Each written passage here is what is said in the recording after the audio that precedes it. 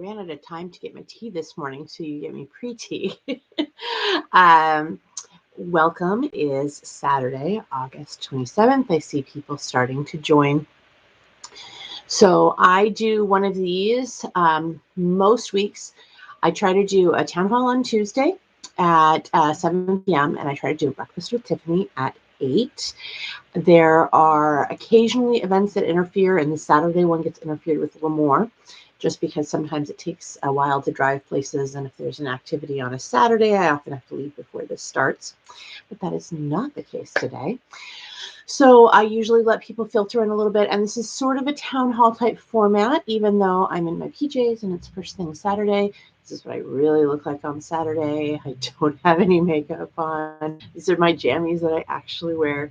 So one of the things that really bothers me about politics is we get these very shiny, very polished versions of people, and we're never really sure that we're getting who we've been sold. I don't like that. I always want you guys to feel like you are getting me.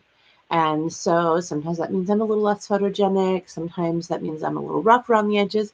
Every once in a while, a stepped on Lego language word gets out. But generally, you get me, my opinions, and how I process information, because this is a job that if you're doing it properly, you need somebody you can trust all the time to do that work. People aren't going to be able to check back with you on every single law. And although it seems like we govern more by focus group and lobbyists than we do by actual representative, it's not the way the job should work. So, things that have happened this week to cover. The first thing is sort of funny. So, um, Jared Golden came out with a new ad that's pretty ridiculous where he's cracking lobster, and I've been sent it. Oh my gosh, I've had at least 50 people send me this commercial now at this point in time, and it is so wasteful to put together commercials, particularly commercials that are that sort of insensitive and um, just bad.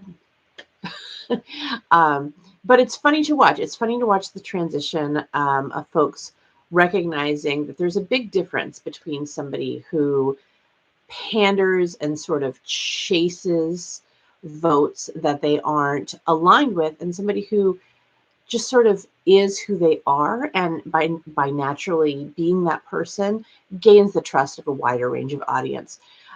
So one of the things that I find frustrating and that motivated me to run is I feel like Bruce Poliquin has kind of gone off the cliff like a lemming with the federal Republican Party. I don't know what's going on with him, but all the things that Republicans used to tell us, and many of which are good things, like keeping a mindful eye on budgets and making sure you see with caution, making sure that you are checking to make sure something actually needs to get legislated. Those were great things that the Republicans used to pitch. They're not really doing them anymore. And Bruce Poliquin has kind of gone off the cliff with that.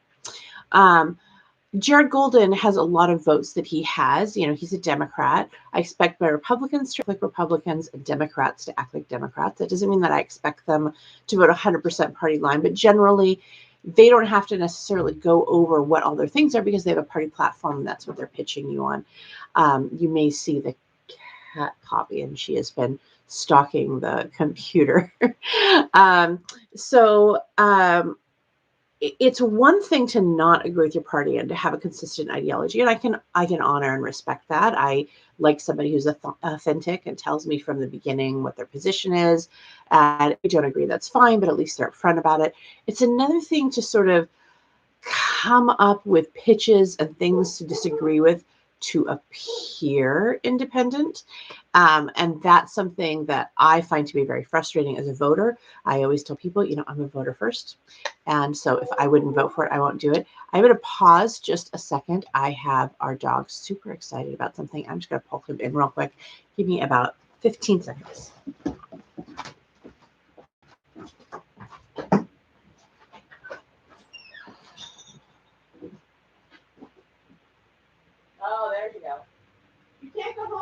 everybody, Gunnar. I know, you can't come home with every single person. Come on. Yeah, he's so friendly. He will go home and love anyone. Oh, you don't want to come in? All right, no more barking, bud.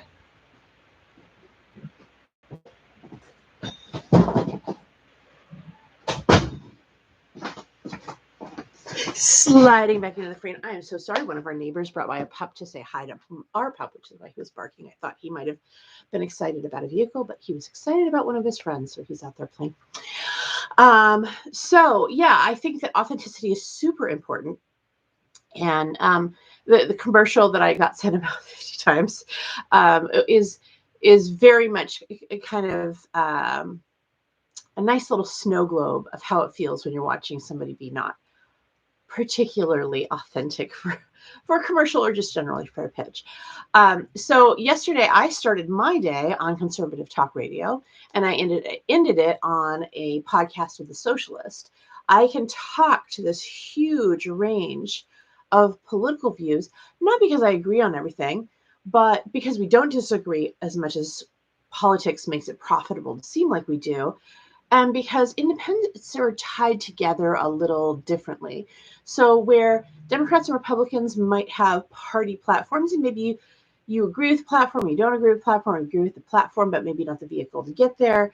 Independents are tied together a little bit more with character traits. So, for example, I care if you're authentic. I care if I trust you. I care if you're reasonable. So I can handle personally somebody who represents me with a little bit broader spectrum of beliefs, because what I want to know is I want to know if you're going in there, even if I don't agree with every single outcome that you have, can I trust you to process the information and come up with a good faith, reasonable suggestion for what you think is an outcome that will help us or take care of us all. I don't necessarily have to agree with the outcome. If I don't agree with you all the time, I will obviously, not vote for you. But if what you've done is in good faith and it seems reasonable and it has a shot at fixing the problem that we have all sort of identified as a problem, then I'm happy to try other ways. I'm happy to see if we can accomplish things together. As people are coming in, I do want to let you know, if you have questions, comments, concerns, please drop them in the chat. That's usually what I use to answer questions. I usually start out talking on a topic or something that's happened for the week. And then as we get later into the program, I grab questions and comments from people who are watching. So I never give different conflicting information to different groups. I either present different parts of the same issue. So, for example, climate change comes up a lot. If you are very into environmental issues, I usually focus on the facts. So if I'm talking to a Green or Socialist or Democrats, I'll talk about that it's a human rights issue, because it is. Climate change is a human rights issue. There's a lot of environmental justice afoot. If I'm talking to a more conservative audience that is maybe less interested in the environmental or human rights aspects of it, everybody should be interested in human rights, but not everybody is. I'll focus on the return on investment, because that is also something that is very true and very meaningful. It costs us less the sooner we address climate change issues. The more prepared we are, the earlier that happens, the less it costs us over time. So it doesn't really matter for the purposes of getting the issue addressed if you think it's a human rights issue, and again, it is, or if you just really are penny pitching, which I am too. They have the same outcome. They have the same end set of goals, and similar, if not same paths. And when you have those groups working together, you can get to the same outcome, sometimes with a much better path, because maybe maybe the folks who are focused on budget could show you a better way to get return on investment and get to that path sooner. And maybe the folks who are focused on human rights and environmental justice can say, hey, it's great that that's super cost effective, but you're going to murder like 30 people doing that, so maybe let's not do that. So you get these trade-offs, and you actually can get much better law working together. And I like that, and I like talking to diverse groups because of that. And I think that you can bring a lot of people along to the party if you're honest about when you disagree. There are some things I don't agree with folks on. I don't agree that we should defund our public education. And there are some people that believe that, and they say, well, I believe this. And I say, well, I don't believe, thank you very much. But there's other things we probably agree on. There are some people that don't think that we should have a good social support network. I don't agree with that. A lot of that's because of my line of work. I help people when they're coming out of a relationship failure most of the time. Sometimes they're going back because they can't co-parent, but usually it's relationship failure. And that is a very financially and emotionally stressful time. And we need that support network. We've paid into it our whole lives, and it shouldn't be the bare freaking minimum, which is what we have now. We should have something that actually helps people transition through those life events and into a sustainable place on the other side. Some people will never be sustainable. We need a support network that acknowledges that and acknowledges it with dignity. So those are things that I really look for in a representative, is somebody who's authentic, somebody who isn't pandering, someone who's not doing nonsense commercials where they don't even eat the lobster. You should at least take it home for a chowder. It's very wasteful. So you'll see me go on a lot of programs, and sometimes I have people like, oh, you went on conservative radio, or oh, you're talking to a socialist. That's why you'll see that. And I think it's really important to acknowledge that sometimes I'll talk with just about everyone. There are some folks I find a little too acidic, but I'll talk with just about anyone. And it's because for everyone who says we have a red district, we don't. It's purple. It's a mix. There's a mix of reasons that people live in rural Maine.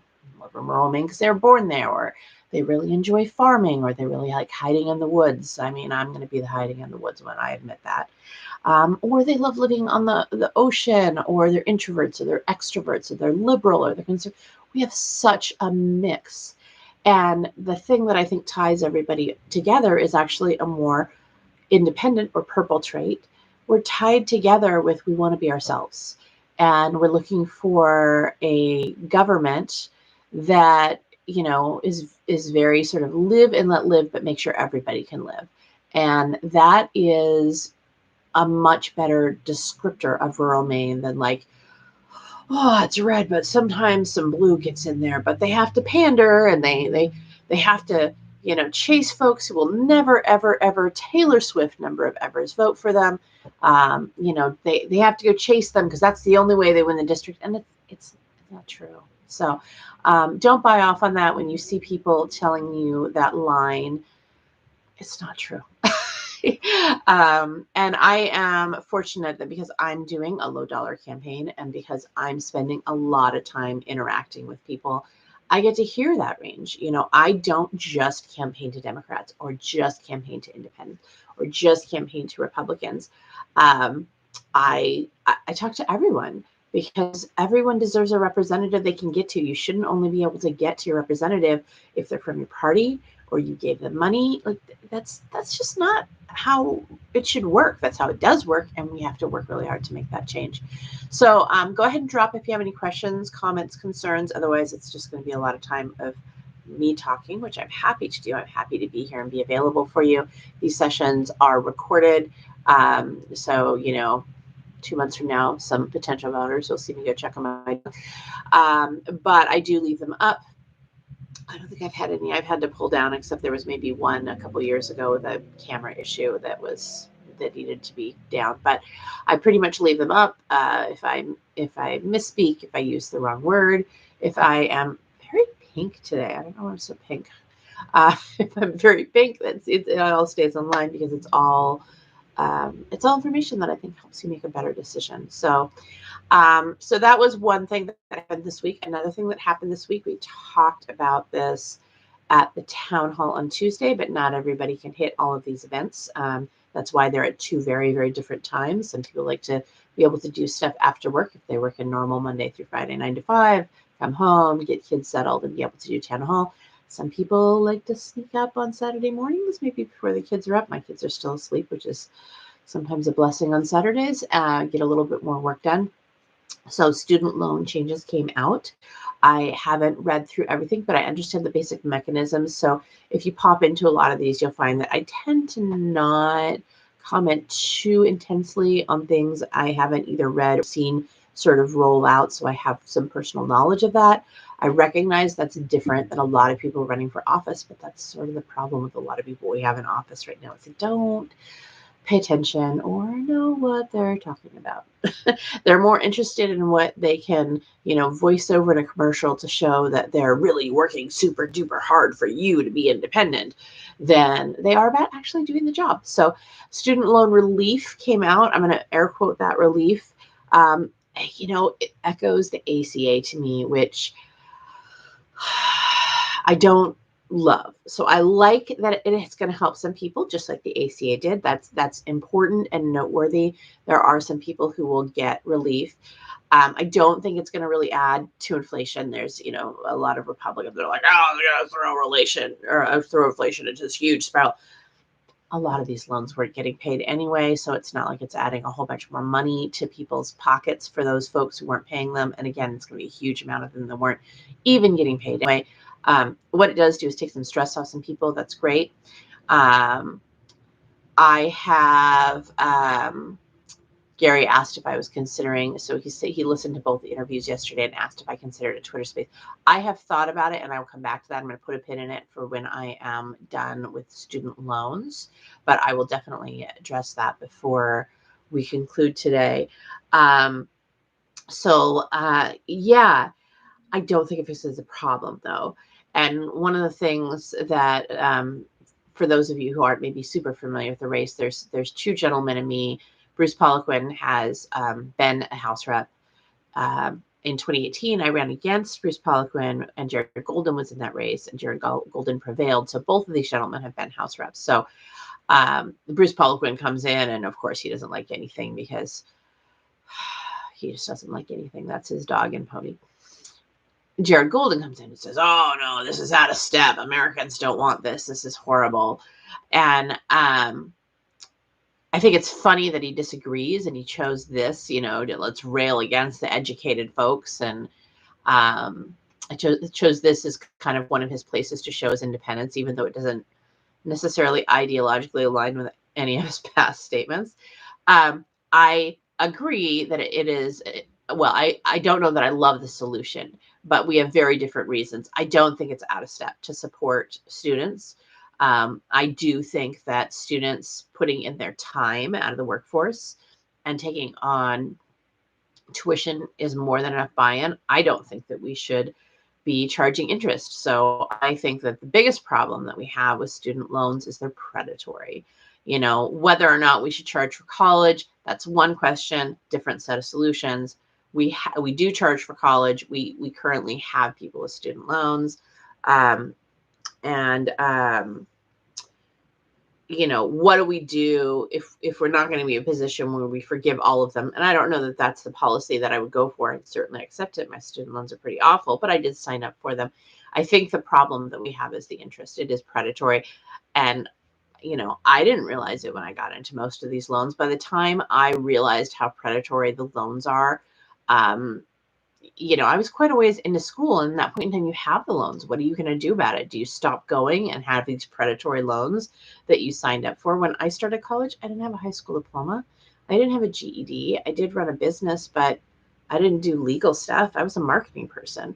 So that was, I read through what I thought I was signing, but I didn't understand a lot of the stuff. Like, for example, I had a child in law school. I didn't know my loans were going to capitalize if I had maternity leave. I didn't know that the interest rates by the time I got to grad school were going to be almost 9%. I didn't know those things when I started taking on those loans. And, when I did know them, you make these compromises with yourself. So, all right, I'm going to go to law school. It's super expensive. It's fine. We don't have kids. I have a husband if things go really awry. I'll just put my head down. I'll work really hard. I'll get through it. At the end of it, I'll take one of those horrible jobs where I work 100 hours a week. I've worked 100 hours a week before. It's not a big deal. It's unpleasant and annoying, but I can do it. And I'll just do that for 2 years and pay off the student loans and then move on with my life. Well, that was a plan, and that plan would absolutely have worked if I hadn't had a child in law school sort of unexpectedly. And so, a lot of life events, we ask people to take on these loans when a lot of life events happen. And there's nothing that really prevents them from snowballing catastrophically, particularly with children. And that's why, even though they aren't on the surface something that disproportionately impacts women, especially minority women.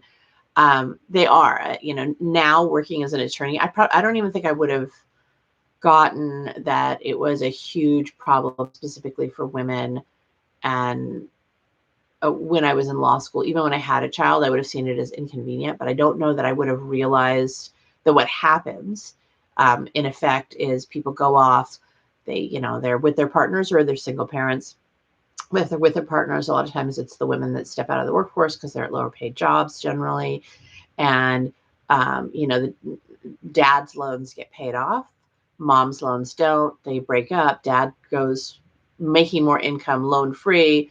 Mom goes lower paid job, minimal child support, and is in a space where she's got all these loans, which are individual, she can't get rid of. Dad didn't help pay for. They were in deferral because she was doing, care of the children, and they either were income-based repayment or they were in deferral. And,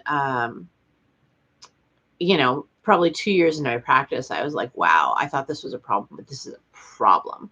And it's a problem for other reasons too. So what we really need to do is get rid of the interest. My concern with the loan forgiveness that was done is that it doesn't fix the problem. And there are still people trapped with just phenomenal debts that they can't address. And because they've done something and it's gotten checked off, they may not revisit it. And we did kind of the same thing with the ACA. As I mentioned before, we helped a lot of people who were in poverty get access to medical care, and that's great. But it meant that a lot of people who are middle class, especially those who are self-employed, like if you're an attorney and you're self-employed, I've been at a CLE before where people were asking questions, how do you get health insurance? I hope you're married was the answer. Get married, because the health insurance you're eligible for is awful. And it was true. We had that health insurance for a lot of years, and it was really painful for our family financially and emotionally. We had lots of times where we had ER visits, and we really weighed, like, if we take our kid there, even with insurance, it's going to cost us thousands of dollars. Do we have that in our budget? And a lot of times we didn't. That's one of the other issues with student loan forgiveness. I don't think I'm at the cutoff yet. I might get some of that forgiveness, although it's just a drop in the bucket with my loans. But for a lot of people who have these loans, particularly if they're higher income and they have the big loans, what happened is the loans got bigger while they weren't at that income level. And so they've got this now huge burden that they could pay off, if they had the same amount they graduated from law school with, or medical school, or whatever high, grad school, it could even be being a teacher. If they have these big loans that they could have paid off at the salary they have now, that might disqualify them. Teachers don't usually make the cutoff, so I'm trying to stick with, it's going to be mostly lawyers, doctors, dentists, therapists, and maybe they're 8 years in or 10 years into their career, and they're now finally making enough that they can start making a bunch of payments on their student loans. But those loans ballooned and grew so much that it's going to be the rest of their career that they are paying them off. And I don't know that we necessarily want that outcome. People say, oh, well, you're a doctor, you're an attorney, you can afford to pay those payments. I don't think that captures the reality of what a lot of folks go through, particularly in rural communities. So, for example, I do probably enough pro bono work that I would be eligible for public or for the public service forgiveness program, except it doesn't apply if you're self-employed. I've had people be like, well, why don't you go be a public defender? So I was a public defender for several years, but I'm self-employed, so those programs don't apply to me. When you're when in states like Maine, where there's a lot of small towns, Maine doesn't have a public defender program. We contract out with individual attorneys. So anyone doing that work either has to work for a firm or themselves. But a whole bunch of attorneys work for ourselves. And if you go work for those jobs, even if you are in a place where the jobs are available, they pay so little that if you have children, you likely can't afford the child care at the salary to be able to do the job. So you get caught in these really awful situations. And again, I'm citing lawyers because I am one, so I know it personally, but it also happens with doctors, with dentists, with therapists, all these professions that we really need and we're short on in rural Maine. I'm in the process of moving my practice to Franklin County. There's like 3 attorneys there to do family law in the whole county. And there might even not be 3. There might only be, I know, 2. And the other ones might cross from other counties. There just aren't these service providers there because it's almost impossible to set up a dental practice, to set up a doctor's practice, to set up a law practice, to be a therapist. There just isn't enough resources for us to be able to have those things in rural areas, and there won't be until we address the student loan program. So I hope that we get back to it. I hope I like my Republicans to be bold when they're doing good things. They haven't been doing good things for a while. I like Democrats to be bold too. I hope that there's been enough positive feedback from there being some relief for folks that, they do more on student loans and they actually work on cracking that nut. That's the problem, which is the predatory interest. They really should be taking interest rates to 0 forward and then crediting for interest that's capitalized, accrued, and already paid. And that, I think, would at least give people some breathing room and some certainty and ability to pay going forward. I mean, that's one of the problems I'm stuck in. I'm kind of paused on paying my loans. I would have paid a little bit over the last year, but I didn't know what they were going to do. So I didn't want to pay on one set of loans when there was going to be forgiveness for that set of loans, or there's going to be help on that, and then not have the resources to pay on the other set of loans. And that's the problem with the interest, is that you don't know if you are going to be making payments and going to be targeting at where you can actually make some progress. So Gary's the only one that's left a question so far. I listened to both your interviews yesterday. Have you considered having a Twitter space? I have thought about it. And if anybody else has questions, toss them in. I'll answer them after Gary's questions. I've thought about it. I have to look into it a little bit more. I don't know where it'll fit in the routine, if it'd have to be scheduled or if it's something sort of impromptu. So I will look into that, Gary. I have thought about it. I've been invited to them, but the timing just didn't quite line up. So I will look into that. Sometimes Twitter throws things out there and they don't really go anywhere much. Like Twitter has communities. And I was like, let's set up a mania using community. And 3 people joined because not everything catches. And social media platforms, they try new things again. Some of them catch, some of them don't catch. So I just haven't had a chance to look into that. And I've been invited to several, but the timing was, it was, can you do it now? And I'm like, well, now it's bedtime for the kids. So not now.